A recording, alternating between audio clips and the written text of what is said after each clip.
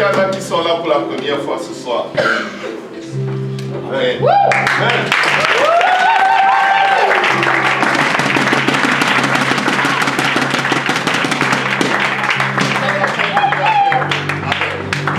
Quelqu'un d'autre qui a cette étude pour la première fois aujourd'hui. Première fois 2014.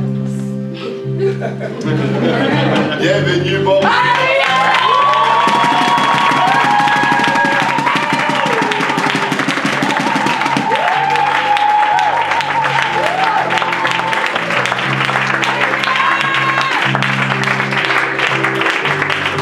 Alléluia. Nous aimons ardemment nos frères et nos sœurs. Amen. Nous sommes juste passionnés de nous.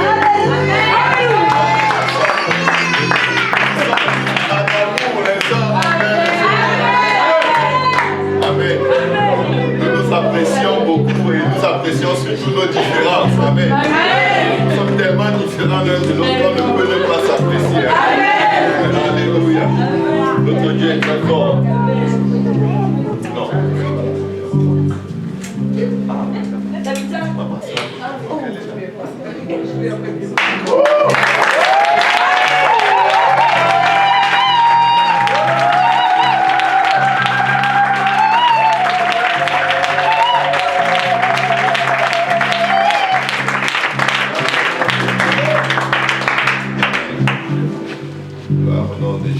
Que le nom du Seigneur soit béni. Amen. Amen. Comme je disais, nous nous aimons beaucoup les uns.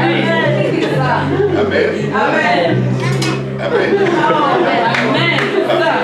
La Bible dit que par la bouche des enfants, amen. Amen. Ceux qui sont encore à la maison.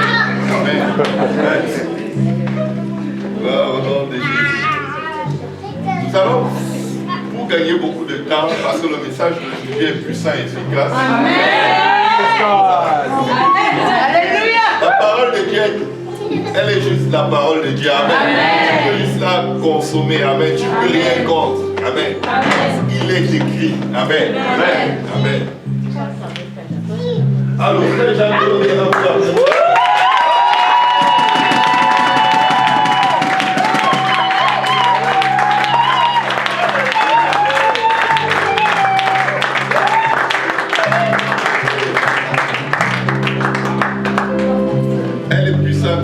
La parole de notre Dieu.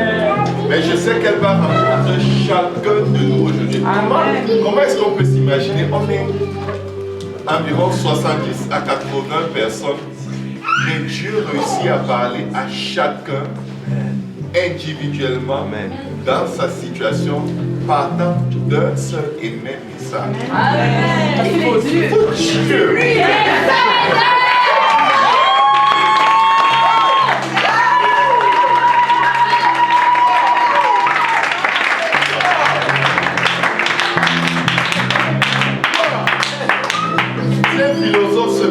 Avant qu'il atteigne le quart de son discours, la moitié des gens sera parti du passé. Si un sage se met là, il va arriver tout le monde. Mais si Dieu se met là,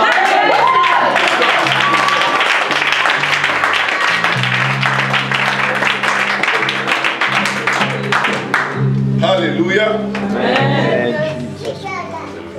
Je vais juste vous poser une question pour ouvrir le sujet de ce soir. Est-ce qu'il vous est déjà arrivé une chose qui vous a vraiment énervé et vous êtes peut-être même encore énervé aujourd'hui? Non, des choses que vous ne comprenez pas, vous vous dites mais pourquoi? Pourquoi ça ne fait juste aucun sens? Et là, vous avez déjà demandé à Dieu, mais Seigneur, pourquoi? Mais pourquoi? Pourquoi moi? Pourquoi est-ce que chaque fois que j'aime quelqu'un, il me déçoit? Pourquoi est-ce que chaque fois que je suis fiancé, ça n'aboutit pas? Pourquoi est-ce que chaque fois que j'ai un boulot, à peine 2 semaines, on me met à la porte? Qu'est-ce que j'ai fait? Amen. Pourquoi est-ce que chaque fois que bref, pourquoi? Pourquoi, Seigneur? Amen. Amen. Quand je marche dans tes voies, ces choses m'arrivent. Quand je ne marche pas dans tes voies, ça m'arrive quand même. En fait, à quel moment est-ce qu'il ne faut plus que ça arrive? Seigneur, que dois-je faire pour que les choses aillent mieux dans ma vie? Que se passe-t-il, Seigneur? Amen. Amen. Mais il y a une réponse à cette question qu'on peut se poser. La réponse n'est pas celle que je vais directement vous dire. Amen. La réponse à cette question, c'est que Dieu, ça c'est pas la réponse directe. Amen. Là c'est une aide à la compréhension de la réponse. Dieu n'a aucun compte à nous rendre. Amen. Amen.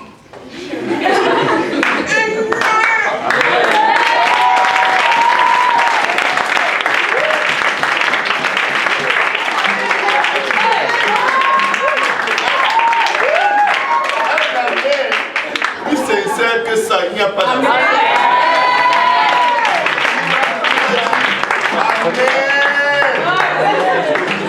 C'est sorti de toute son innocence, de toute la vérité, la pureté qu'il y a en lui. Amen. Dieu n'a aucun compte à nous rendre. Amen. Mais il y a une bonne nouvelle pour toi, pour chacun d'entre nous. Et c'est ça la réponse. Il est bon d'attendre en silence le secours de l'Éternel.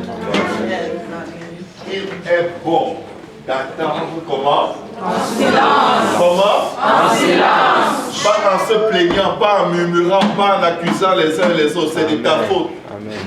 Mais en silence. Amen. Pas en disant c'est à cause de tel ou de tel que je n'arrive jamais à être heureux. Amen. Mais comment? En silence. Il est bon d'attendre En silence. le secours de l'Éternel. Amen. Pourquoi? Parce qu'il n'y a rien de bon ni de mauvais qui arrive sans que Dieu ne l'ait permis.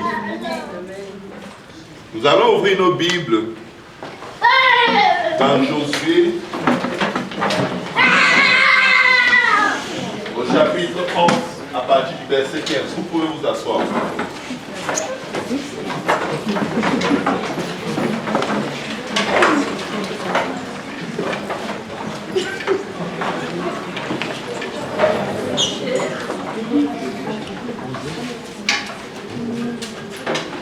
Josué 11, à partir du verset 15, je vais vous mélanger un peu si vous pouvez vous lire pour la lecture de la parole. Josué 11, verset 15 à 20. Josué exécuta les ordres de l'Éternel à Moïse, son serviteur, et de Moïse à Josué. Il ne négligea rien de tout ce que l'Éternel avait ordonné à Moïse. Dis à quelqu'un, il a parfaitement obéi à Dieu. Il a parfaitement obéi à Dieu. Alléluia. C'est ainsi que Josué s'empara de tout ce pays. Pourquoi le Seigneur lui avait dit, tout sol que vous foulerez de vos pieds, je vous le donne en possession. Mais avant cela, il lui avait dit, que ce livre de la loi ne s'éloigne point de ta bouche. Médite-le jour et nuit, afin d'agir conformément à tout ce qui y est écrit. C'est ainsi que tu réussiras dans toutes tes entreprises. C'est alors que tu prospéreras. Tout sol que tu fouleras de tes pieds, je te le donne en possession. Mais parce qu'il observait exactement la loi de Dieu, Dieu lui a donné tout le pays. Amen. Josué s'empara de tout ce pays, de la montagne, de tout le Midi, de tout le pays de Gossin, de la vallée, de la plaine, de la montagne d'Israël et de ses vallées. Depuis la montagne nue qui s'élève vers Séir jusqu'à Balgad, dans la vallée du Liban, au pied de la montagne d'Hermon. Il prit tous leurs rois, les frappa et les fit mourir. C'était les ordres de Dieu. La guerre que soutint Josué contre tous ces rois fut de longue durée. Que quelqu'un dise de longue durée. Est-ce qu'il y a quelqu'un qui est dans un conflit, dans une situation qui dure déjà depuis bien longtemps? Amen. Elle fut de longue durée. Verset 19. Il n'y eut aucune ville qui fit la paix avec les enfants d'Israël, excepté Gabaon, habité par les Éviens. il les prit toutes en combattant. Il les a pris toutes en combattant. Verset 20. Car l'Éternel permit que ces peuples s'obstinassent à faire la guerre contre Israël, afin que Israël les dévoie par interdit, sans qu'il eût pour eux de miséricorde et qu'il les détruisit, comme l'Éternel l'avait ordonné à Moïse. Vous pouvez vous asseoir dans ma présence. Très souvent dans notre vie, et parfois quand on oublie, on va servir Dieu pour que les choses aillent bien. On va servir Dieu pour que les choses aillent mieux. On va servir Dieu parce qu'avec Dieu, on a beaucoup de promesses et on veut les voir s'accomplir. Amen. On va faire plein de sacrifices pour Dieu parce qu'on espère une ou plusieurs choses en retour. Amen. Dis à quelqu'un, c'est humain. Dis à quelqu'un, c'est très humain. Amen. Mais alors qu'on commence à servir Dieu, on commence à marcher avec Dieu, il se passe que beaucoup de gens arrivent à la conclusion que depuis qu'ils sont chrétiens, le nombre de batailles, on dirait qu'il s'est multiplié par 10. Même là où ça avait l'air d'aller, ça s'est gâté. Amen. La Bible dit que nous marchions tous comme des brebis errants. Chacun allait dans sa propre voie. Nous marchions dans le péché, dans l'iniquité. Mais il a plu à Dieu de briser l'agneau de Dieu par la souffrance, afin de nous sauver et de nous tirer des ténèbres pour nous amener vers sa lumière merveilleuse. Amen. Maintenant, quand nous arrivons dans le Seigneur, là même on pensait que ouf, enfin, nous sommes dans la terre promise. Amen. Mais dis à quelqu'un, la terre promise était une terre de combat permanent. La terre promise n'était pas le paradis. Et la terre promise n'est pas une image du paradis. Amen. Amen. Dieu n'a jamais promis que tu vas le servir et tout ira bien. Mais quand tu lis ce verset, tu vois comment la Bible te dit expressément que les guerres permanentes dans lesquelles ils étaient venaient de Dieu. L'ennemi les attaquait tout le temps parce que Dieu lui disait, attaque-les. Ils ont même peur, ils savent qu'ils vont nous battre. Mais Dieu dit, vas-y, attaque-le, tu peux faire quelque chose. Si Dieu ne le convainc pas qu'il peut battre Israël, tu crois qu'il va se lever pour aller battre Israël? Non. Pharaon était tranquille dans son palais. Le peuple d'Israël était déjà parti. Mais Dieu dit à Moïse, tu vas aller endurcir son cœur. Il avait déjà déclaré forfait, il avait dit, ils ont gagné, j'ai jamais vu ça. Même pas se battre, même pas lever un petit clou pour lancer sur nous. Ils sont sortis. Et Dieu vient endurcir le cœur de Pharaon qui disait, ouf, au moins il me reste une poignée. Au moins j'ai encore une partie de mon armée. Dieu dit à Pharaon, tu peux les récupérer. Va voir. Essaye, on ne sait jamais. Tu sais que tu as encore ton armée là. Tu sais que tu as encore tes chars et tes chariots. Va, essaye. Dernière tentative. En plus même, qui va te servir s'ils ne sont plus là? Qui va aller chercher l'eau pour tes serviteurs et tes servants? Qui va te raser la barbe? Qui va nettoyer ces palais immenses qui s'étendent sur des kilomètres? Qui va les nettoyer? Aucun Égyptien n'a jamais fait ça. Ils ont toujours eu des esclaves pour le faire. C'est comme si tu prends des ministres dans nos pays, des présidents, tu les mets ici, tu les demandes d'aller travailler dans la production, dans la cueillette. Bon, c'est la mort, quoi. Tu les as tués. Mais Pharaon sentait que, wow, Quand tu lis ta Bible, tu vois qu'il commence à questionner qui va faire cette tâche que les Hébreux faisaient. Et là, il sent que non, il n'a pas envie d'une révolte de la population contre lui pour les avoir laissés partir. Et il se tape la tête et dit non, non, non, non, non, non, non, non, non. On ne peut pas vivre sans nos esclaves. Allons les récupérer. En fait, ils ont oublié comment Dieu les avait corrigés correctement par 10 bonnes plaies et faire mourir les premiers-nés de leur pays. Il a même oublié que son fils venait de mourir. À peine quelques jours, il a oublié sa correction. Pourquoi? Parce que Dieu a endurci son cœur et il a oublié la leçon que Dieu lui avait donnée.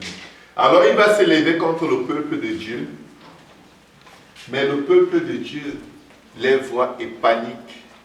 Seulement, chaque fois que Dieu envoie l'ennemi contre toi, c'est pour détruire l'ennemi une fois pour toutes. Amen. Il n'y a jamais un jour où l'ennemi va se lever contre toi et te faire quelque chose sans que Dieu t'ait donné le pouvoir, l'autorité de l'écraser.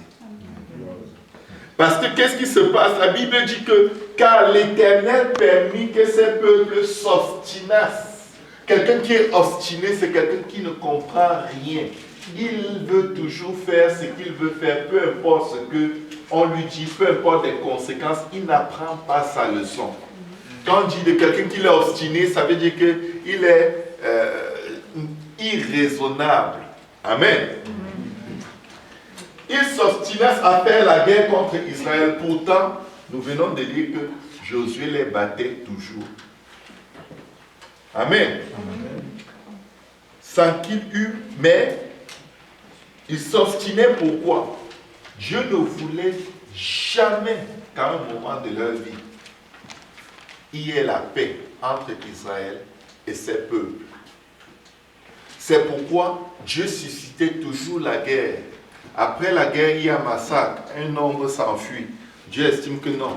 Ce nombre qui s'est enfui là, vous ne devez jamais faire la paix avec. Il faut que je les ramène pour que vous les exterminiez complètement. Dieu va permettre que tu aies toujours des batailles pour que tu saches vraiment et toujours de quel côté tu te trouves. Certains d'entre nous, quand les choses vont mal, ils vont s'attacher à Dieu de tout leur cœur.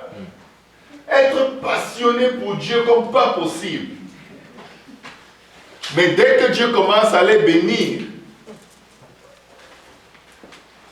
ils rendent témoignage de façon vibrante de ce que Dieu a fait. Mais on dirait que subitement, quelque chose vient leur dire, tu sais, ce n'est pas nécessaire d'être à l'église tout le temps. Tu peux venir de temps en temps, de toute façon. Dieu t'a montré qu'il t'aime. Donc, que tu viennes, que tu ne viennes pas, son amour est là, voilà ce qu'il a fait pour toi. Donc si tu manques, certains le disent, c'est pas grave, ce n'est même pas obligé. Mais Dieu te regarde du haut des cieux et dit, même mardi n'est pas obligé, même mercredi, même jeudi, même vendredi, samedi, dimanche, rien n'est obligé. Et pour t'aider à mieux comprendre, il va te dire, tu as remarqué que la porte de l'église est très large, n'est-ce pas? Et tu as remarqué qu'il n'y a aucune clé dessus, n'est-ce pas? Tu peux entrer et sortir comme et quand tu veux. Il n'y a pas de carte de membre, ce n'est pas un club social. Amen. Tu n'as pas de taxes à payer. Et on ne te paye pas pour venir, donc on ne va pas te payer pour parler.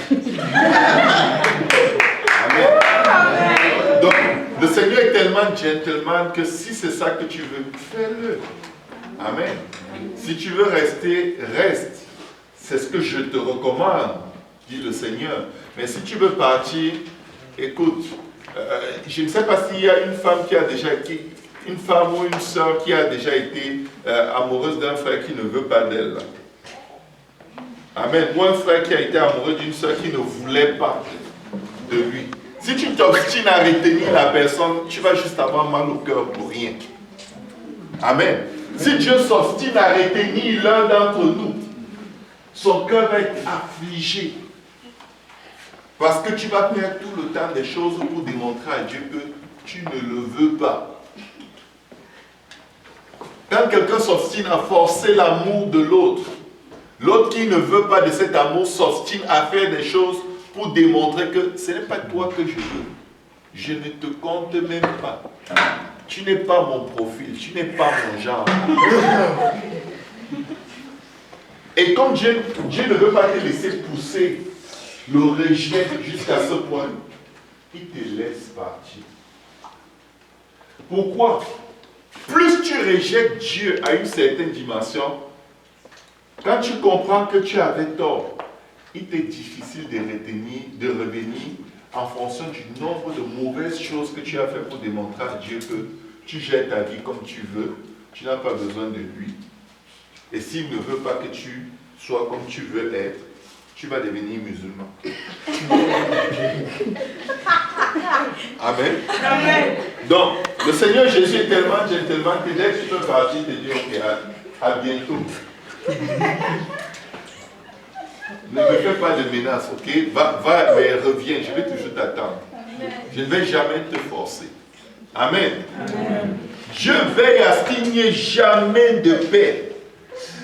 Et la Bible nous dit clairement, afin qu'Israël ait devoir par interdit sans qu'il eût pour eux de miséricorde.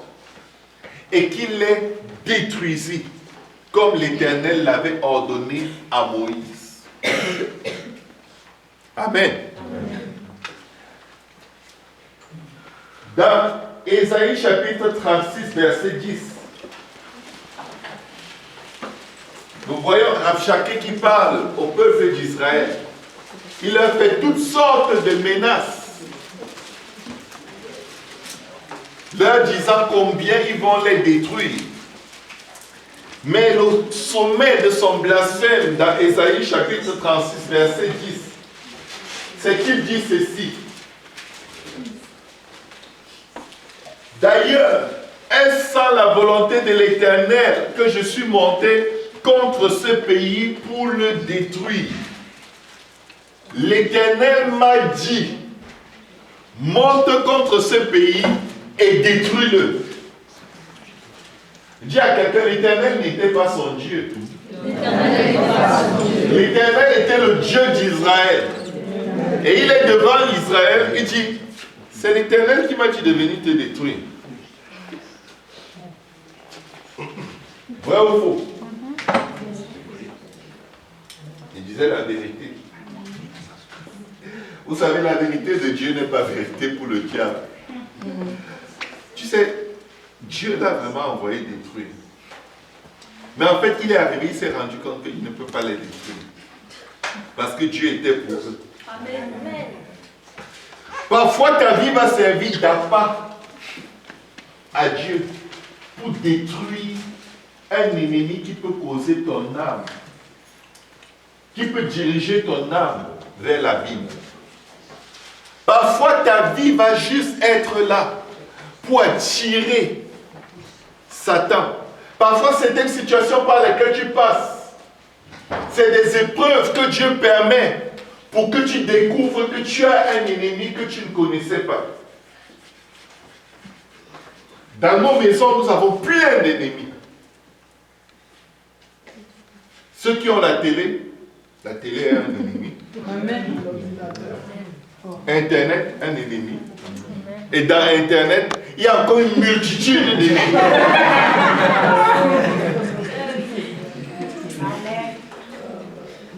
Facebook, YouTube, plein d'ennemis. Mais vous savez quoi? C'est la façon de les utiliser qui en fait des ennemis. Amen. De sorte que un objet qui était là inoffensif, il ne t'appelle pas. Mais toi, parce que tu n'es pas encore décidé d'être complètement avec le Seigneur, tu vas un peu voir s'il a quelque chose de pas mal à proposer. Et puis des fois, tu vas te dire, il n'y a pas que la prière dans la vie.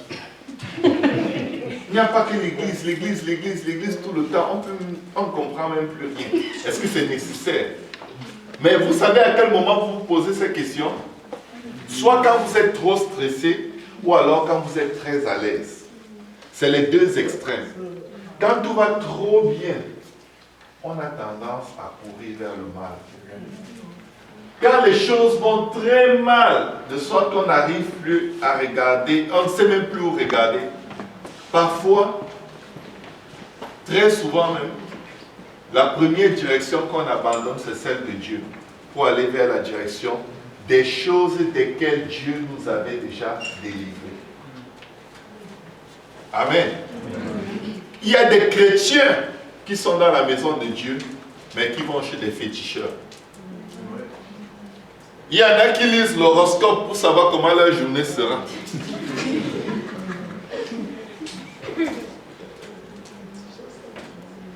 Amen. Amen. Il y en a qui le font. Les Israélites allaient vers les Baals, vers les faux dieux. Mais si vous voyez comment Dieu permettait que ces peuples s'obstinent à venir faire la guerre à Israël, c'était toujours pour leur rappeler, ce sont vos ennemis, c'était vos ennemis, ce seront toujours vos ennemis. Il n'y aura jamais un moment où ils arrêteront d'être vos ennemis. Donc ne faites pas de compromis avec vos ennemis. Détruisez-les jusqu'aux animaux. Amen. Tu vas te demander, mais Dieu, est-ce qu'il était obligé de détruire leurs animaux? Oui, leurs démons pouvaient habiter dans leurs animaux. L'esprit qui les gère pouvait habiter dans leurs animaux. C'est pourquoi le démoniaque demande au Seigneur de le jeter dans le troupeau de porcs. Les démons sont allés dans ces porcs et ils se sont suicidés. Amen. Donc il fallait détruire jusqu'à leurs animaux. Et parce que le peuple de Dieu était consacré et mis à part et sanctifié par Dieu, les démons de ces peuples ne pouvaient pas rentrer dans eux.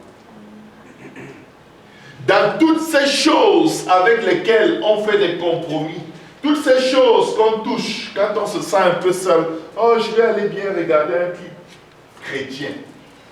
C'est là où ça commence toujours. Ça commence toujours par quelque chose de pas grave. Jusqu'à ce que tu débordes le temps. Dans le pas grave, tu commences à aller vers les graves.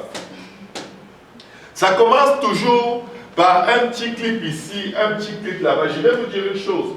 Même si c'est des clips chrétiens que vous êtes en train de regarder sur YouTube, quand c'est le temps de prier et tu es toujours dans les clips chrétiens, tu es déjà dans le péché.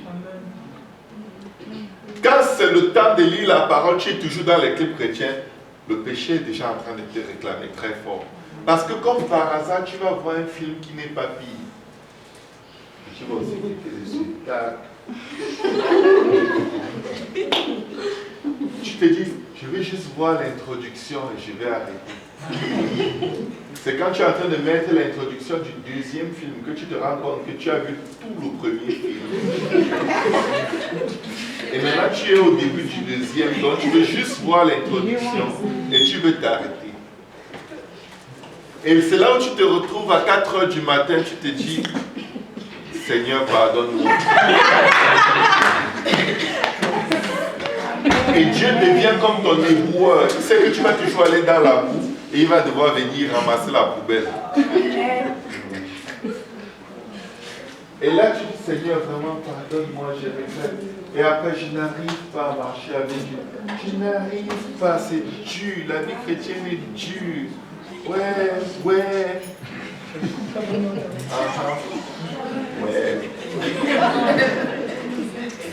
Ce n'est pas la vie chrétienne qui est dure, c'est des clics qui sont des durs clics. Parce qu'au moment de t'arrêter, tu n'arrives pas, c'est dur. C'est dur de fermer la page. Amen. C'est très dur. Après, tu vas dire à Dieu, Dieu te suivrait dur. Et là, depuis ta temps, tu n'as même pas commencé. Tu n'as pas du tout commencé. Et Dieu permet qu'à un moment, un virus entre dans ton ordinateur. Et l'ordinateur commence à être très lent. Très lent. Quand tu mets le bain tourne, ça tourne. Connexion Internet, ça n'a pas l'air d'aller. Parce que Dieu a dit au virus, va un peu freiner les élans de mon serviteur. Et là, tu portes l'ordinateur, tu vas le faire réparer $200 avec l'argent du Seigneur. Pour être capable de continuer à faire tes clics à la bonne vitesse.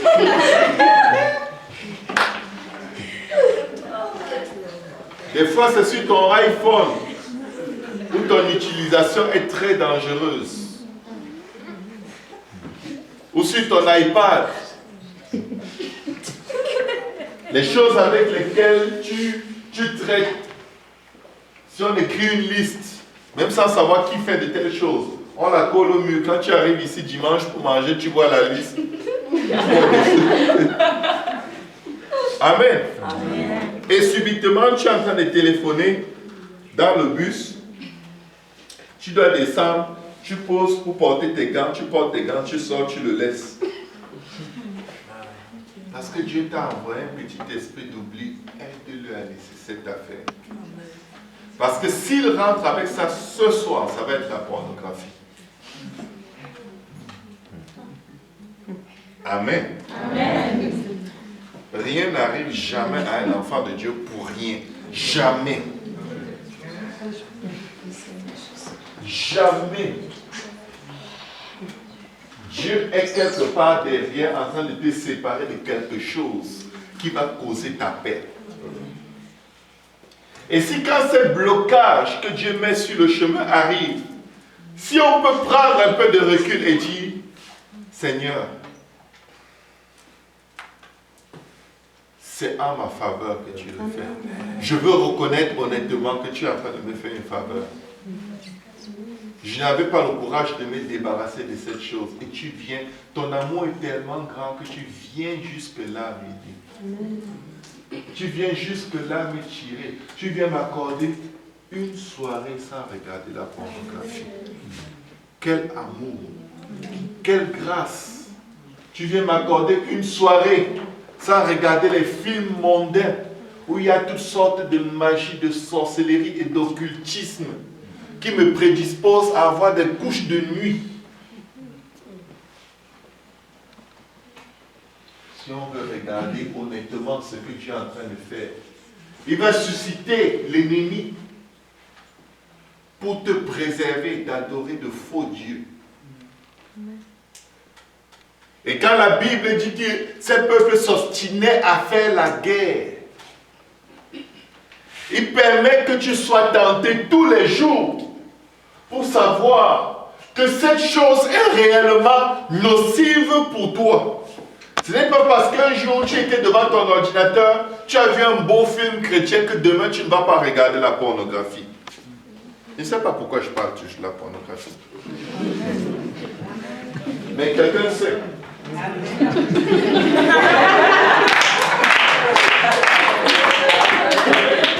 C'est pas parce que tu as vu des bonnes choses chrétiennes, tu as écouté des beaux clips chrétiens, qu'après tu ne vas pas aller regarder des films mondains où les gens s'embrassent sans être mariés et ça ne te dit rien. Et après tu vas te demander, mais pourquoi je tombe toujours dans la fornication? Parce que tu as nourri ton âme de fornication. Ça se passe devant tes yeux, tu es indifférent.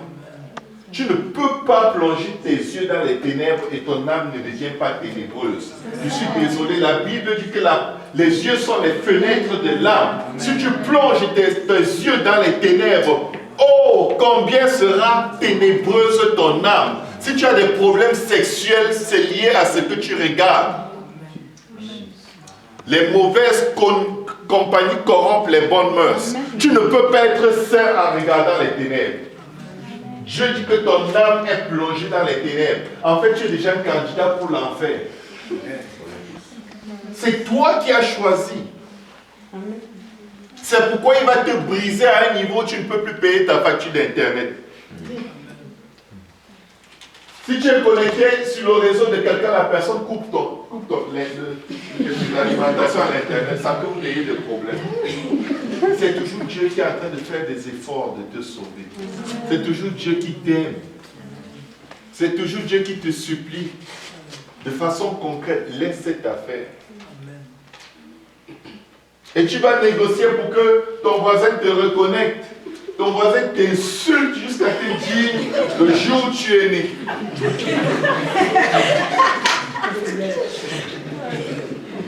Et tu ne comprends toujours pas. Dieu est en train de te prêter. En fait, Dieu lui a dit, tu sais quoi?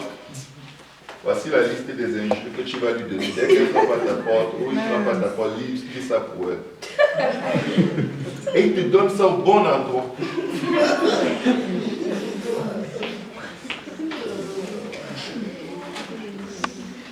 Amen. Amen. Mais ce n'était pas la volonté de Dieu que les choses soient comme ça. Parce que voici ce qu'il avait dit à son peuple dans sa parole. C'est dans le livre de Deutéronome, verset 20, chapitre 20, verset 1 à 4.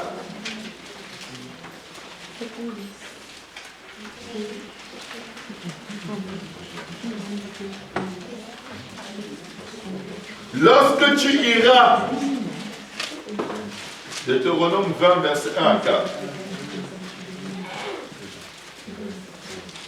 Lorsque tu iras à la guerre contre tes ennemis, et que tu verras des chevaux et des chars, un peuple plus nombreux que toi, tu ne les craindras point. Car l'Éternel, ton Dieu qui t'a fait monter du pays d'Égypte, est avec toi. Dis à quelqu'un, Dieu est avec toi. À l'approche du combat, le sacrificateur avancera et parlera au peuple. Il leur dira, écoute Israël, vous allez aujourd'hui livrer bataille à vos ennemis. Est-ce qu'il y a quelqu'un qui veut livrer bataille aux ennemis de son âme? Est-ce qu'il y a quelqu'un qui veut dire non à ces choses qui polluent son âme? Est-ce qu'il y a quelqu'un qui est juste fatigué de toujours retomber dans ces choses? Dieu te dit, première des choses, ne les crains pas. N'aie pas peur de ces pornographies, films mondains, sorcellerie que tu regardes. N'aie d'abord pas peur. Parce que ton Dieu est avec toi. Amen. Il dit, tu ne les craindras pas. Point. Car l'Éternel, ton Dieu qui t'a fait monter du pays d'Égypte est avec toi. Le Dieu qui t'a tiré des ténèbres du monde, il est avec toi. Amen. À l'approche du combat, le sacrificateur avancera et parlera au peuple. Il leur dira, écoute Israël, vous allez livrer bataille à vos ennemis. Vous allez aujourd'hui livrer bataille à vos ennemis. Que votre cœur ne se trouble point. L'ennemi t'a peut-être déjà fait tellement tomber dans le même péché que tu as même souvent peur de rentrer chez toi quand le service finit. Tu as la terreur quand tu entres chez toi, tes pas sont courts. Il n'y a personne, mais si on t'observe, tu es comme l'anxiété t'envahit. Tu as peur d'être dans cette chambre où, peu importe ce que tu fais, tu vas encore te retrouver à aller devant Internet comme si tu étais somnambule et appuyé, tac, clic, et regarder encore, qu'est-ce que je fais là, je ne sais pas.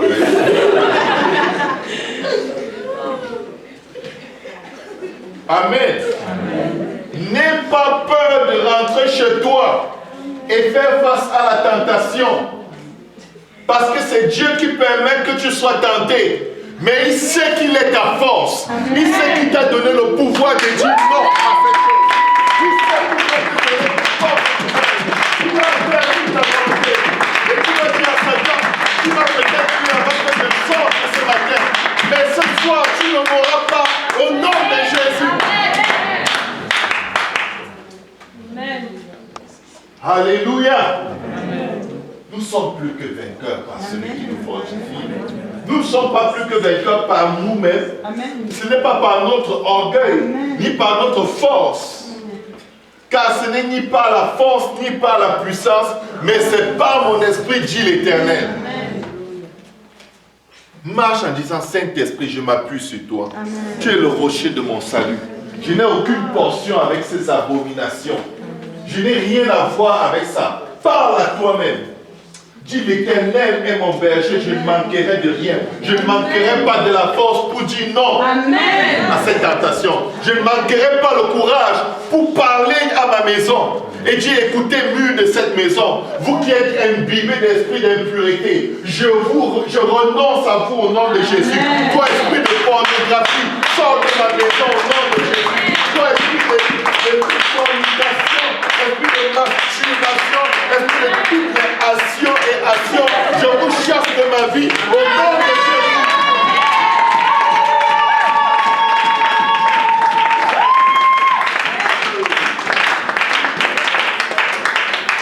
Mais l'ennemi veut toujours te saisir à un endroit où il dit Dieu ne peut plus te pardonner. Toi là, tu es tellement faux que ça ne sert plus à rien. Change d'église. Ils sont trop durs dans cette église-là. Tout le temps la sainteté. Tout le temps. C'est comme si c'est la sainteté qui sauve. Ça ne sauve pas. Et tu dis, oui, c'est vrai. Est-ce qu'ils sont même tous sérieux? Si on voit bien, quand il n'y a personne, ils font ceci, ils font cela, ils font cela. Et écoute, laisse les gens tranquilles, plains-toi de tes propres péchés. C'est toi qui as besoin de délivrance pour le moment là. Amen. Dieu sait que tu as besoin de délivrance. Tu sais que tu as besoin de délivrance. Parle à Dieu de toi. Amen. Écoute, ce n'est pas en pointant les autres du doigt que ta vie va s'améliorer. Parce que quand tu auras fini de les juger, tu n'auras pas seulement les démons de tes dépendances pécheresses, mais tu en auras plus encore. Parce qu'en plus, ton cœur s'endurcit quand tu pointes le doigt sur les autres. Il faut dire au Seigneur, c'est moi. C'est moi le coupable. Rachète-moi encore. C'est de ma faute. Je suis ceci, je suis cela. Si tu as de la perversité dans ton cœur, si tu as de l'orgueil, dis Seigneur, je suis un pervers, je suis hautain. Le Seigneur demande à Jacob par l'ange, quel est ton nom? Si Jacob avait dit, je m'appelle Ésaü, Dieu n'allait jamais changer sa vie. Mais il a dit, je m'appelle Jacob, c'est-à-dire supplanteur. Je suis un menteur professionnel. C'est même la première fois que je ne mens pas. Dieu lui a dit, tu as bien parlé. Tu ne t'appelleras plus Jacob, mais tu t'appelleras Israël. Dieu peut changer ton nom. Dieu peut changer ta situation.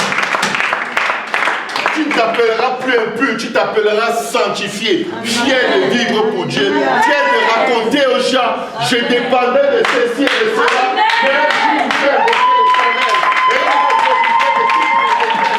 Et il a profité de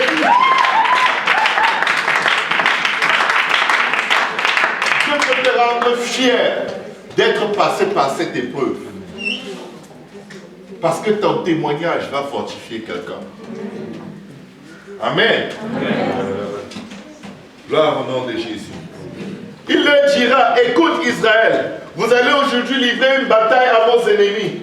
Que votre cœur ne se trouble point. Dis à quelqu'un que ton cœur ne se trouble point. Tu es en guerre. Ne vous effrayez pas, ne vous épouvantez pas devant eux. N'ayez pas peur de retomber dans les mêmes péchés. Prends donc courage, peuple de Dieu, et lève-toi, dis, il est mon rocher. Je m'appuie sur lui, je ne tomberai pas, je ne faillirai pas. Je vais vivre pour Dieu, je vais prêcher la sainteté, je vais témoigner avec la tête haute. Peu importe là où je suis tombé hier, aujourd'hui l'Éternel me relève. Ne te réjouis pas, mon sujet, oh mon ennemi. L'Éternel sera ma lumière. Si je suis tombé, l'Éternel me relèvera. Dans ma maison, si l'Éternel va me relever. Peu importe les dépressions, peu importe l'oppression, peu importe toute action que l'ennemi peut poser contre moi, je sais une chose. Dieu a dit qu'il va me relever. Et il me relèvera parce qu'il veille sur sa parole pour l'accomplir. Ta contribution, c'est vouloir sortir de là.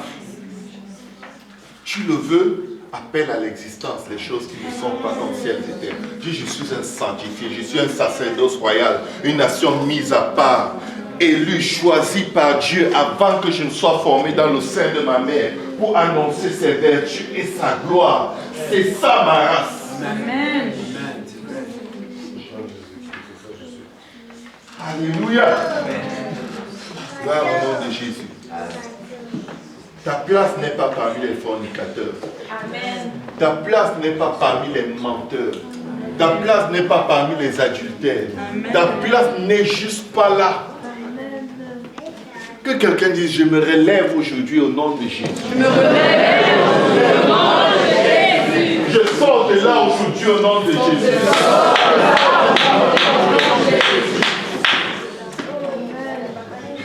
Alléluia. Hey, car l'Éternel, votre Dieu, marche avec vous pour combattre vos ennemis, pour vous sauver. C'est Dieu qui va les combattre pour vous. C'est lui qui va se lever en ta faveur. Quand tu pries, nous l'avons lu hier dans le psaume 18. Écoutez, Dieu entend encore et encore et encore ton cri. Et il y a de la fumée qui sort encore de ses narines. Et Dieu se lève encore. Et il dit encore chérubin. Et il demande aux escaliers que Jacob a vu de descendre encore. Il dit encore escalier, parce que je vais délivrer mon enfant de son péché, de ses iniquités, de toutes ses transgressions. Amen. Dieu le fait encore et encore et encore. Il ne fait pas seulement quand tu fais face à des êtres humains faits de chair et de sang comme toi. Amen. Très souvent, on va considérer nos ennemis les hommes que nous voyons. Je vous dis une chose, vos vrais ennemis, vous ne les voyez pas. Vos vrais ennemis vous utilisent vous-même pour vous détruire. Ils utilisent votre chair. Vos vrais ennemis, ils savent ce que votre chair aime. Ils connaissent la vaine manière de vivre que vous avez hérité de vos parents, par laquelle ils peuvent venir vous réclamer pour vous cribler comme le froment. Mais que votre foi ne faillisse point. Que votre foi en Dieu reste plus que forte. Amen. Amen. Alléluia. La Bible dit ceci dans le psaume 46. Dieu est pour nous un refuge et un appui. Amen. Amen. Psaume 46. Je vous laisse le temps de l'ouvrir.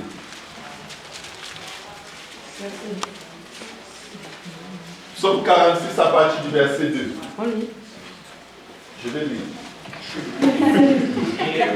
Dieu est pour nous un refuge et un appui. Amen. Amen. Dieu est un refuge parce que tu ne sais pas où aller. Dieu est un appui parce que tu te sens seul, découragé. Tu n'as personne sur qui tu peux t'appuyer. Tu n'as personne qui peut t'aider à sortir de la situation dans laquelle tu te trouves. Amen. C'est pourquoi il est pour nous un refuge, un appui. Un secours qui ne manque jamais dans la détresse. Mais la bonne question qu'il faut se poser souvent, c'est: est-ce que ma situation me met dans la détresse? Ou est-ce que je prends plaisir dans ce que je suis en train de faire qui n'est pas de Dieu? Parce que si tu n'es pas dans la détresse, j'ai une nouvelle pour toi. Il ne pourra rien faire pour toi. Si tu es confortable dedans, écoute, quand le fils prodige est en train de jouir de la mauvaise vie avec les prostituées et les gens de mauvaise vie, et son père n'est pas allé le chercher. Mais c'est quand il est arrivé à un point où la Bible dit il revint à lui-même. Est-ce que tu es revenu à toi-même pour réaliser que l'amertume dans laquelle tu vis depuis des années, elle est en train de te détruire? La rancune dans laquelle tu vis depuis des années, elle est en train de consumer ton âme. Tu n'es qu'un squelette, tu n'es que l'ombre de ce que Dieu avait voulu que tu sois. Ta vie ne ressemble à rien parce que tu as une rancune qui ne te lâche pas. Tu en veux à un être humain comme toi qui ne peut pas te sauver, qui ne peut pas te rendre heureux. Même s'il n'y avait pas de problème entre vous, qu'est-ce qui serait meilleur dans ta vie? Rien. Les choses ne sont pas meilleures dans ta vie parce que tu es passé par telle ou telle épreuve. C'est parce que tu ne te mets pas à l'avant pour que Dieu améliore les choses dans ta vie. Quand tu as de la haine, de la rancune, tu es prisonnier. Tu n'es pas libre. Tu fais tout pour démontrer à la personne, que ce soit de près ou de loin, que tu t'en sors mieux sans elle. Que tu vas mieux, même si elle n'est pas là. Même si cette personne t'a abandonné, tu te dis, peu importe, je suis correct. Je vais lui montrer que je peux faire sans lui. Je vais montrer à cette soeur-là qu'elle n'est pas la seule soeur au monde. Amen. Je vais me chercher une fiancée plus belle qu'elle. Écoutez, quel garçon ne s'approche pas de vous parce qu'une soeur l'a chassé? Amen. Chassez-le aussi. Amen. C'est des très mauvais motifs. Amen. Tu vas marcher avec toi main dans la main juste pour montrer à l'autre, il ne t'aime pas. Tu es un objet de chose. Il va te faire des cadeaux juste pour lui montrer que tu as raté quelque chose. Et la pauvre soeur qui est là, qui croit que tu l'aimes. Dès que vous allez vous marier, il va dire, il se lève le matin. C'est qui ça?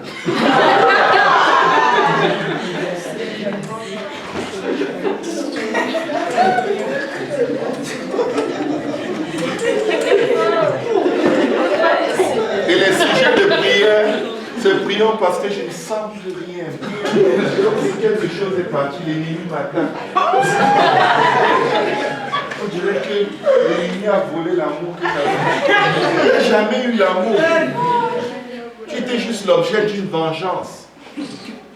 Que personne ne vous utilise pour se venger de personne. Vous avez le droit d'être heureux avec la personne que Dieu a choisie. Amen. Je ne sais pas comment j'arrive. Un secours qui ne manque jamais dans la détresse.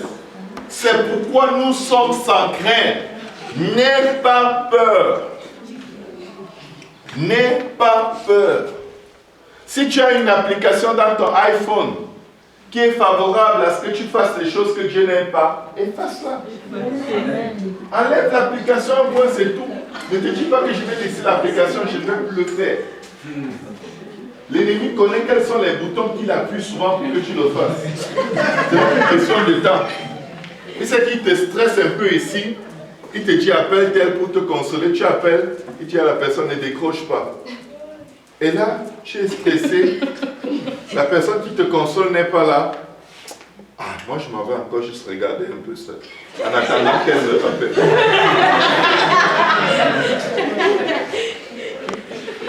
Il te manipule comme pas possible. Est-ce qu'il vous est déjà arrivé que Dieu vous donne la conviction de vous séparer de quelque chose? Vous avez une conviction tellement chaude, tellement forte, pour vous en séparer radicalement. Mais après 6 mois, vous retournez pas. Je vais juste lui toucher un peu. Mais c'est curieux parce que cette fois-ci, quand tu l'as reprise, ça t'a fait aller plus loin que tu n'étais la dernière fois où tu l'avais jeté. Plus loin. Et tu es comme... En fait, tu te sens tellement sale, tellement impur, tellement indigne, que ta foi en Dieu devient refroidie. Parce que s'il y a une chose que l'ennemi cherche à voler chez toi, c'est ta foi. Tu n'as plus confiance au pardon de Dieu. Tu te trouves tellement indigne que tu n'as même plus le courage de lui demander pardon parce que l'ennemi te dit, de toute façon, tu vas toujours le faire. Puisque la dernière fois, tu avais même jeté jusqu'à parler même de ça à tout le monde et témoigner. Mais personne ne sait que tu as recommencé en force. Là, tu as pris les muscles des enfants de 6 ans, tu as les muscles des adultes dans ce péché.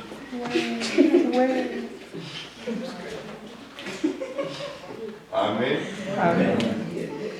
Mais je vais dire à quelqu'un une chose. C'est que Dieu est plus fort que le péché le plus fort de ta vie. Tu peux avoir 2000 démons parce que tu as fait le même péché encore et encore. Si tu tombes au pied de la croix, il va te délivrer. Mais quand il te délivre, va et raconte ce qu'il a fait pour toi. Raconte-le jusqu'à ce qu'il n'y ait pas moyen, sinon tu vas toujours retomber dedans. La puissance de Dieu qui détruit les œuvres de Satan, c'est la lumière. Dis au grand jour tout ce que Satan a fait avec toi. Expose-le. Amen. Plus tu l'exposes, plus il est frustré à l'idée de revenir dans ta vie. Pourquoi? Quand tu l'exposes, Dieu utilise ton témoignage pour anticiper les chutes dans la vie des autres. Amen. Et il y a une chose que Satan déteste, c'est qu'on résiste à la tentation. Parce que Jésus a résisté à Satan 3 fois, il n'avait pas de choix que de partir. Mais quand tu exposes en racontant ton témoignage, le même jour, il y a quelqu'un qui devait être tenté, mais parce qu'il a entendu ton témoignage, il dit non, non, non. Ah non, pas moi.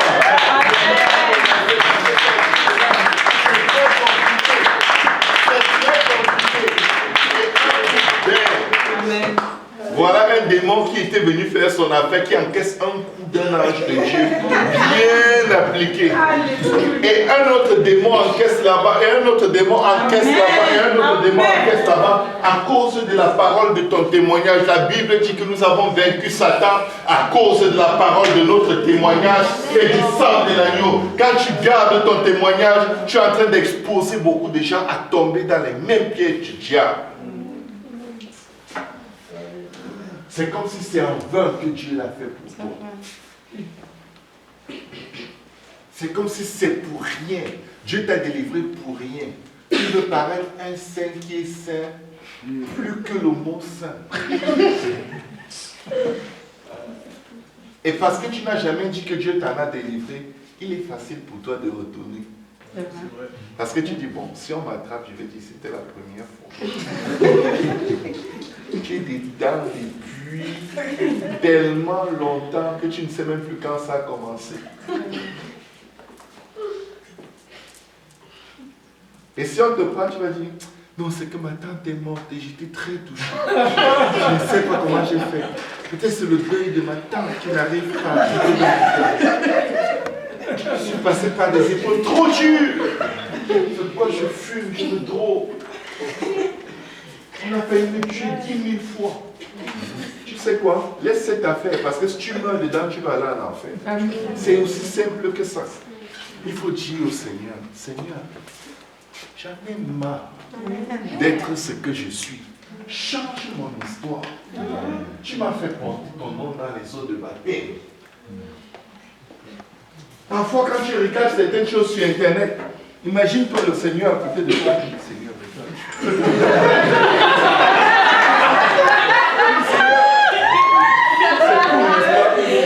tu vas voir la chair de poule, tu vas t'élever et arrêter ça très vite. Est-ce que tu peux regarder ce que tu regardes avec Jésus?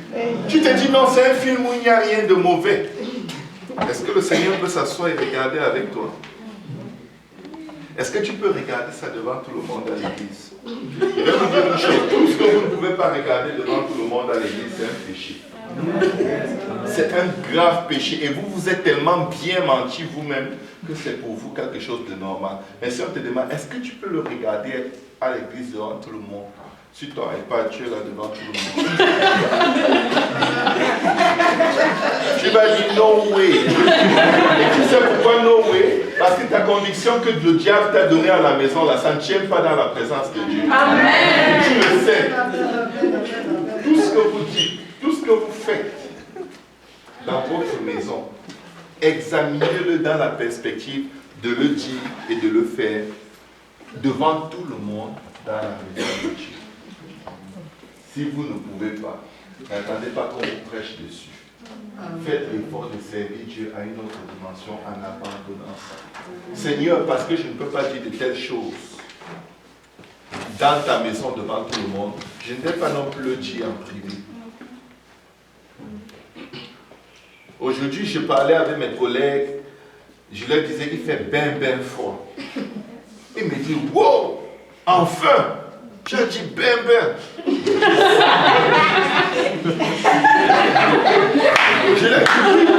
J'ai dit ben parce que moi je peux dire ben partout où je suis.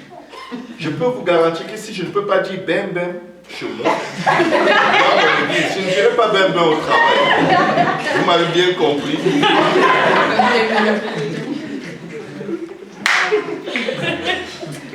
Le monde t'observe.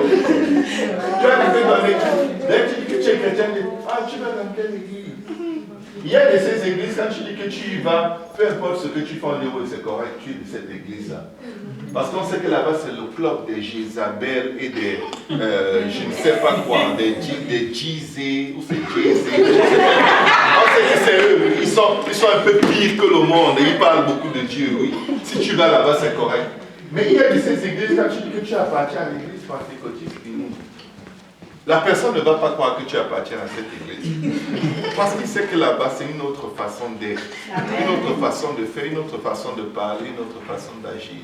Donc quand tu dis là-bas, on te demande, ah, tu y vas assez régulièrement. Parce qu'en fait, ton allure ne convainc pas que tu appartiens à cette assemblée. Écoutez, nous sommes un sacerdoce royal. Il faut que la différence soit claire. Amen. Il faut que ce soit très clair. Amen. Et ne crois pas qu'en te conformant au monde, en ressemblant comme au monde, en parlant comme le monde, ils vont te trouver tolérant. Ils savent que tu es un rétrograde. Ce n'est qu'une question de vitesse. Parce que bientôt tu vas tomber plus bas que... Écoutez, un chrétien qui abandonne les voies de Dieu, il perd toute moralité. Je vous dis, hein, certains croient que oh, j'ai déjà appris tellement de choses dans Dieu que je peux quitter la maison de Dieu, je vais être quelqu'un de bien. Pardon.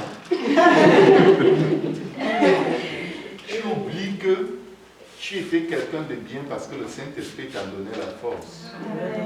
Maintenant, enlève le Saint-Esprit. Tu deviens Caïn. Non seulement tu vas être méchant, mauvais, mais tu vas dire tellement de mal contre les gens de la maison de Dieu que vraiment, tout ce que tu avais de Dieu, Dieu va juste dire pardon, remets-moi. Ta petite vertu que tu avais gagnée avec le temps, il dit ok, j'ai compris. C'était vraiment une mauvaise chose de te donner. Remets-moi tout. Vous savez, quand le diable était au ciel, il était couvert de pierres précieuses. Il n'y avait pas un ange aussi beau que lui. Il était rayonnant de gloire. Quand la gloire de Dieu frappait sur lui, la lumière de Dieu passait à travers son corps et ça émettait une mélodie comme rien ne pouvait jouer, une si belle musique. Parce que Dieu l'avait revêtu de tout ce qu'il y a de plus précieux. Quand il a péché contre Dieu, Dieu a dit, j'enlève mon manteau sur toi. Va avec ta petite queue et tes ailes.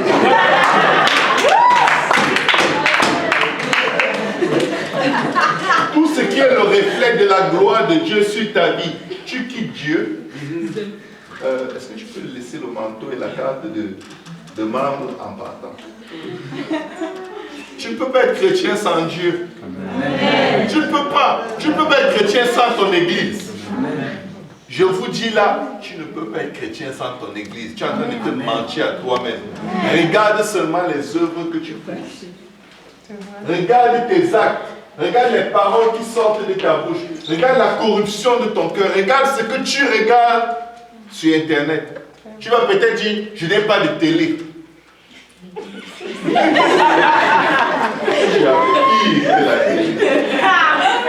Tu as un iPhone. Mais comme un revolver, dès que tu le sors.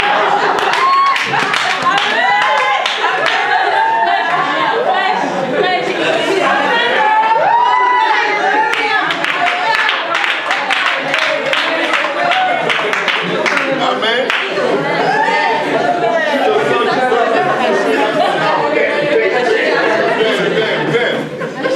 Tu te donnes des bonnes balles dans ton âme parce que ce que tu regardes là, tu envoies les ténèbres. Tu envoies les ténèbres.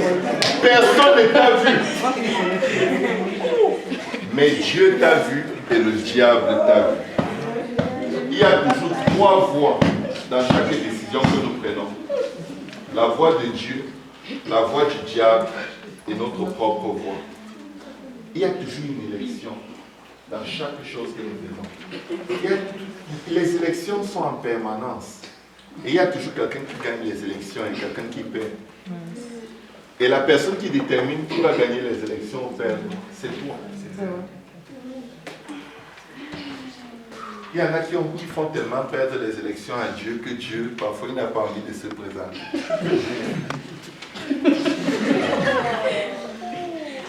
Ouais. Mais tu peux dire à partir d'aujourd'hui, Seigneur, on va gagner toutes les élections. Amen.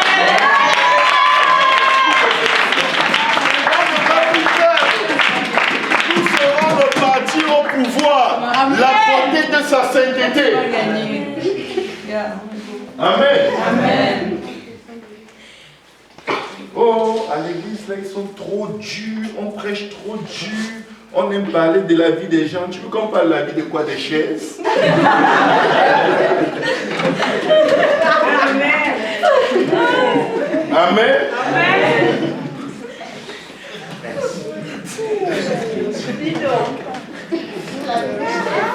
Écoutez, quand dans le sanctuaire, il n'y a que les chaises, vous avez remarqué qu'il n'y a personne pour prêcher. Mais dès qu'il y a une personne, nous avons vu une chaise se repentir. Encore moins se faire baptiser au nom de Jésus. Amen. Il est bon d'attendre en silence le secours de l'Éternel. Dieu peut changer ta vie. Dieu peut t'aider à vivre pour lui. Je suis un témoignage vivant. Amen. Amen. Je suis un témoignage vivant de la transformation de Dieu. Amen. Vous croyez que vous avez des difficultés majeures? Majeur, c'est un mot qui est plus bas que le nom de Jésus. Le nom de Jésus est le nom qui est au-dessus de tout nom. Peu importe le nom de votre bataille, le nom de votre péché, le nom de votre faiblesse, dis à ton péché, tu me déranges tous les jours, mais je te dis au nom de Jésus, tu vas fléchir les genoux. Tu vas fléchir les genoux. Quand je regarde ma Bible de Genèse jusqu'à Révélation, c'est mon Jésus qui gagne. Amen. Tu vas perdre. Tu vas perdre. Tu vas perdre. À la fin, Dieu va me gagner. Mais je veux encourager quelqu'un aujourd'hui. Je connais quelqu'un qui avait beaucoup de problèmes d'activité sexuelle hors mariage et qui galérait, quelqu'un, un enfant de Dieu. Tu es toujours en train de courir les femmes. Peu importe. Et là, la bataille de sa vie, c'était de te convaincre que non, Dieu va quand même le sauver comme il est. J'ai dit oui, il va te sauver comme tu es. Dieu m'aime toujours. J'ai dit oui, Dieu t'aime. Dieu ceci, je dis oui, c'est vrai. Et je te dis qu'il va te faire arrêter ton affaire. Dieu lui a donné un bon cancer. Si c'est l'organe génitaux. Tu peux être la femme la plus séduisante du monde aujourd'hui. Ne regarde pas. Pourquoi Dieu l'aime comme il a dit? Dieu lui a tout pardonné. Mais Dieu l'a délivré. Donc son témoignage est douloureux.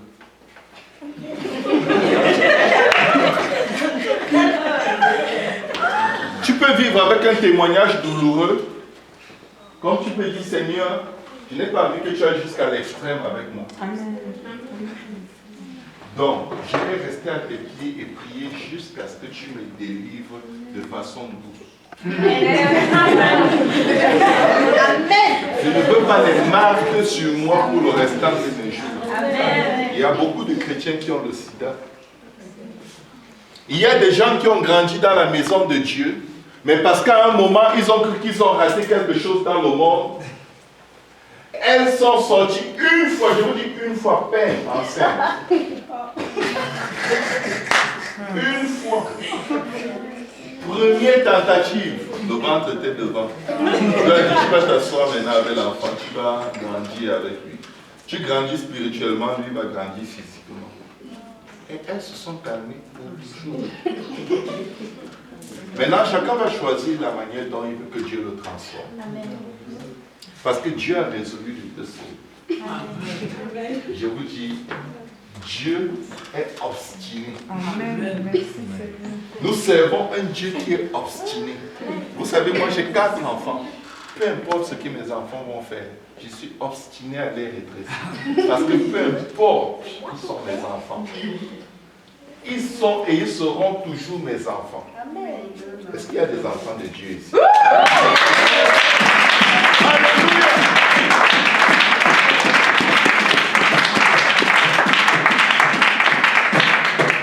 Le Seigneur dit, j'ai mis devant toi le chemin de la vie et le chemin de la mort. Mais il te dit, tu es mon enfant, je t'aime, je sais que tu m'aimes. Choisis donc la vie afin que tu vives. Mais si tu relaxes, et parce que Dieu t'a délivré des problèmes financiers, tu commences à acheter des DVD qu'on vend à $2 parce que c'est moins cher. Oh, un vieux film, je me rappelle quand j'étais encore dans le monde. C'était cool. Hein? Est-ce qu'il y avait des mauvaises choses dedans? Non. Comme par hasard, tu as toujours le mauvais ami à côté de toi qui va minimiser la gravité de ta tentation. Et tu as dit, ça coûte juste $2, il y a même 2 films dessus. Tu vas vous aider. Et quand vous commencez à voir, vous sentez un malaise. C'est comme si, wow, les choses auxquelles tu n'étais pas sensible quand tu étais dans le monde. Ce n'est pas une scène obscène, mais il y a comme si c'est un esprit dans ce que tu es en train de voir qui tu es mal à l'aise. Mais si tu as un bon mauvais ami près de toi, il va te dire, oh c'est pas grave, tu exagères, tu n'es rien, mais tu es sûr que même le pasteur ne regarde pas ces choses-là.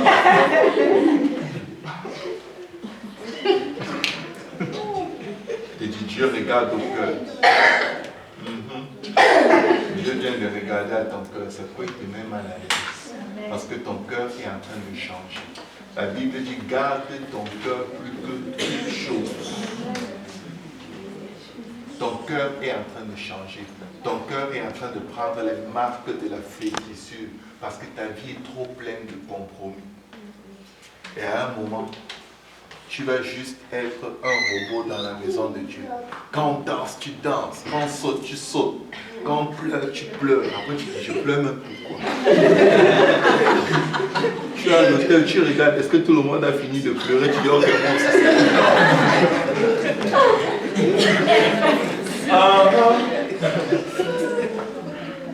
Je vous dis, nous sommes dans l'activité la plus dangereuse qu'il y a sur la face de la terre. Si tu n'es pas réel, tu vas mourir. Amen. Et tu ne sauras pas que tu es mort. Amen. Tu vas te dire, bonjour mon frère, bonjour ma soeur. Et c'est le cadavre qu'on est en train de saluer. Mais s'il y a une chose que tu dois faire dans la vie, c'est être honnête. Amen. Et dire à Dieu, Seigneur, j'ai un problème. Et mon problème, c'est celui-ci. Je vais vous donner un exemple très simple. Si par mesure de sainteté, tu es un garçon, tu ne dois pas porter des chemises qui moulent ton corps jusqu'à ce que toutes les sœurs voient toute la beauté de tes muscles, s'ils sont beaux, au cas où ils sont beaux. Si tu sais que tu ne dois pas le faire, ne mets pas seulement une chemise ample, mais une chemise très ample. Tout ce que tu sais que Dieu attend de toi, fais plus.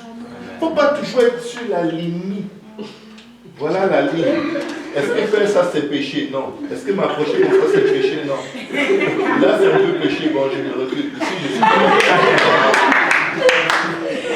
quand tu fais ça, tu es à la frontière, donc tu vois le péché tout le temps. Qu'est-ce qui se passe? C'est que ça rentre dans ton âme. Et un jour tu dis, ah, ils exagèrent.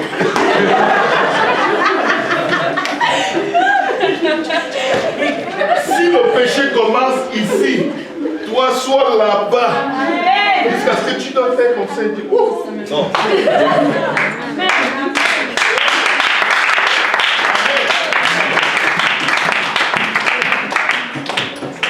Ne te mets pas les limites qu'on t'a dit. Mets-toi des limites de l'excellence. Fais plus. Fais plus. Si tu es toujours entre le péché et la sainteté, tu vas tomber dans le péché. Tu ne peux ne pas tomber dans le péché. Amen. Amen. Quand tu veux vivre pour Dieu, vis pour Dieu complètement. Et si tu as des difficultés, dis à Dieu, j'ai des difficultés. Il ne faut pas profiter de la persécution de ta famille pour dire, oh, je n'arrive pas à vivre pour Dieu parce qu'on me persécute. Donc c'est pour ça que tu es maquillé comme Jézabel. C'est la persécution. Tu es tellement persécuté que on t'a persécuté, on t'a attrapé, on a fait un beau make-up et tu peux.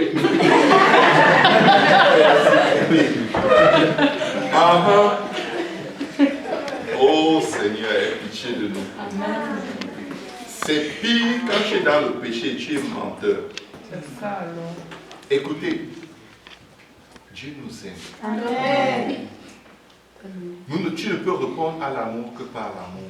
C'est Dieu parce que tu veux l'aimer. Tu veux l'aimer plus tous les jours.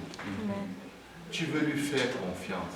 Ce n'est pas en profitant d'une situation pour faire un péché que tu vas t'en sortir. Le péché va régner sur toi si tu ne dis pas à Dieu, Seigneur, j'ai un péché, délivre-moi. Il dit, si vous confessez vos péchés, il est juste et bon pour vous pardonner. Qui a dit condamner? Donc, ce n'est pas pour nous condamner hein, quand on confesse nos péchés. Donc, c'est pour nous pardonner. Mais pourquoi quelqu'un va alors mentir en plus? Et il dit que je veux te pardonner, je veux juste que ton nom reste écrit dans le livre de vie. Tu dis non, il faut que je te mente un peu. Que je sais, mais tu sais, Seigneur, j'ai fait ce péché, mais c'est parce que telle personne m'a d'abord fait telle chose que moi aussi, j'étais obligé de réagir. Et non. Si tu t'arrêtais juste à l'endroit où tu as péché, ça devait être bon. Tout ce que tu as rajouté là, ça montre que tu n'as pas l'intention d'abandonner. Parce qu'il y aura toujours quelqu'un qui va te faire quelque chose. Amen. Amen. Amen. Beaucoup d'entre nous ici, beaucoup de personnes ici vont se... Bon, je ne dis pas d'entre nous, je ne me mets pas là parce que moi je le suis déjà. Beaucoup vont se marier dans les prochains mois, les prochaines années. Je crois qu'il y aura vraiment beaucoup de mariages dans cette église. Je veux juste encourager tous les futurs potentiels mariés. Soyez honnêtes. Soyez tellement honnêtes que l'honnêteté vous tue. Je vous dis là, si c'est la volonté de Dieu, que l'honnêteté, que vous laissiez votre vie en servant Dieu parce que vous êtes honnête. Parce que Dieu va toujours utiliser votre partenaire pour vous montrer vos faiblesses. Et si vous n'êtes pas honnête, vous allez vous disputer tout le temps dans votre foyer et vous n'allez jamais changer. Et quand ton partenaire te dit la vérité sur toi, même le Saint-Esprit n'est pas brutal comme ça. Quand tu dis, tu parles comme un serpent. Chaque fois que tu dis un mot, ça fait mal. Mais c'est parce que toi aussi, tu ne fais que m'énerver.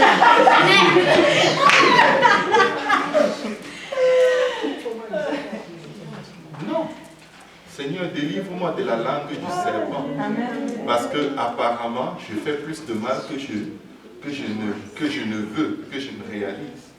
Si tu es toujours en train de comparer,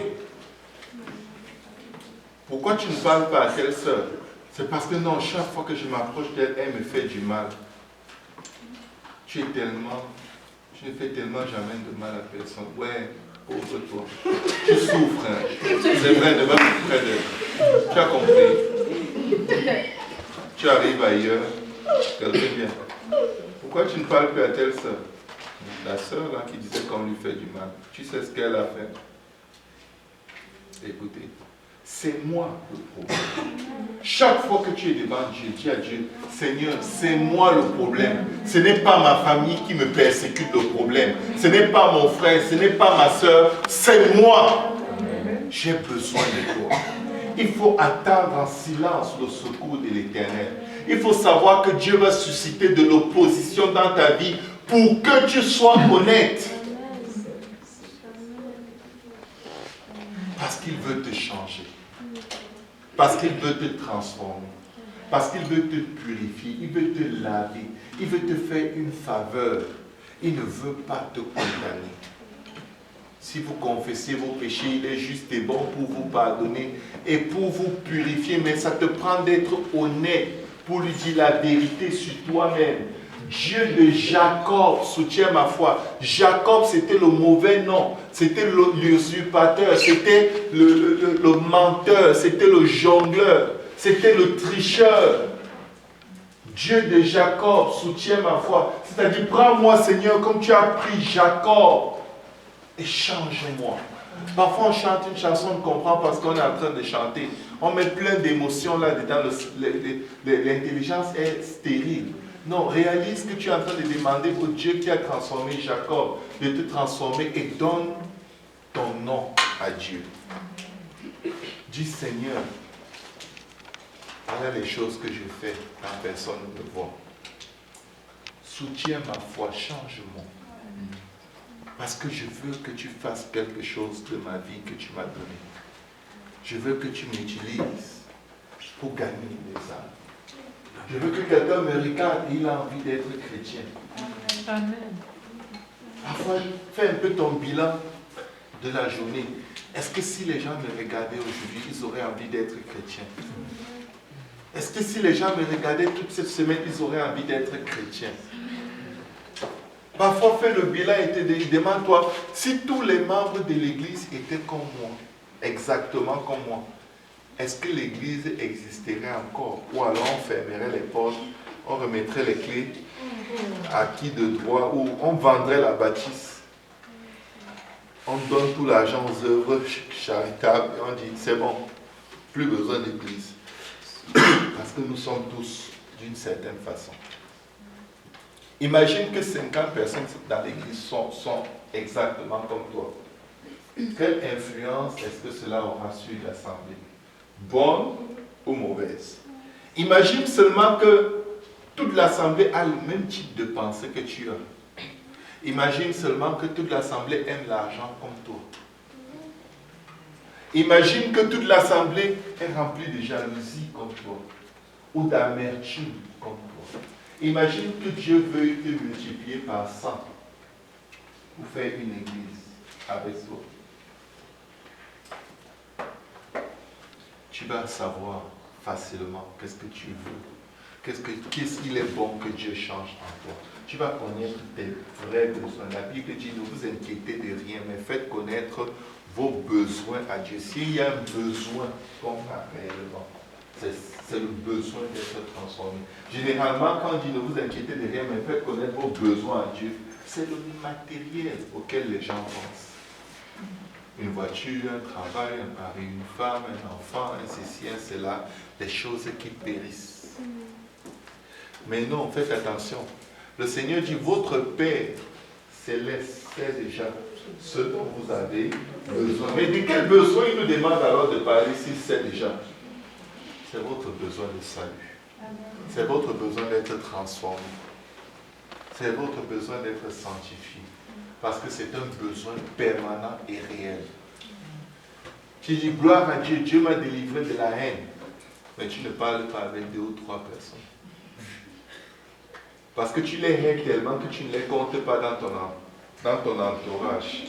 En fait, ils ne font tellement pas partie de ton monde que Dieu t'a délivré de la haine. Dans tes estimations, ils ne sont pas dedans. Eux, ils ne sont même pas chrétiens pour toi parce que tu les hais. C'est des mondains. Amen. Nous avons besoin que Dieu pourvoie nos besoins. Nous avons besoin de faire connaître nos besoins à Dieu aujourd'hui par des prières et des supplications. Avec action de grâce en anticipant que demain nous ne serons plus les mêmes. Amen. Et la paix de Dieu qui surpasse toute intelligence gardera nos cœurs et nos pensées en Jésus-Christ. Nous avons besoin de sa paix parce que nous sommes parfois très inquiets de notre propre sort à cause des mauvaises choses qu'on va faire. Tu es inquiet, tu es découragé. Dieu te dit, prends courage, je te donne ma paix. Et dis à Pierre, Simon, Simon, Satan te réclame pour te cribler comme le froment. Mais j'ai prié pour que ta foi ne faillisse point. Mais quand tu reviendras, fortifie tes frères. Dieu veut te relever de là où tu es pour que tu ailles fortifier quelqu'un. Ce n'est pas pour que tu fasses de ta délivrance ton secret caché. Je ne t'envoie pas écrire un mail à tout JPNIS pour dire n'importe quoi. Amen. Mais quand tu as l'occasion de rendre témoignage pour gagner une âme, n'hésite pas à utiliser le témoignage de ce que Dieu a fait pour toi. Si on se levait tous ensemble.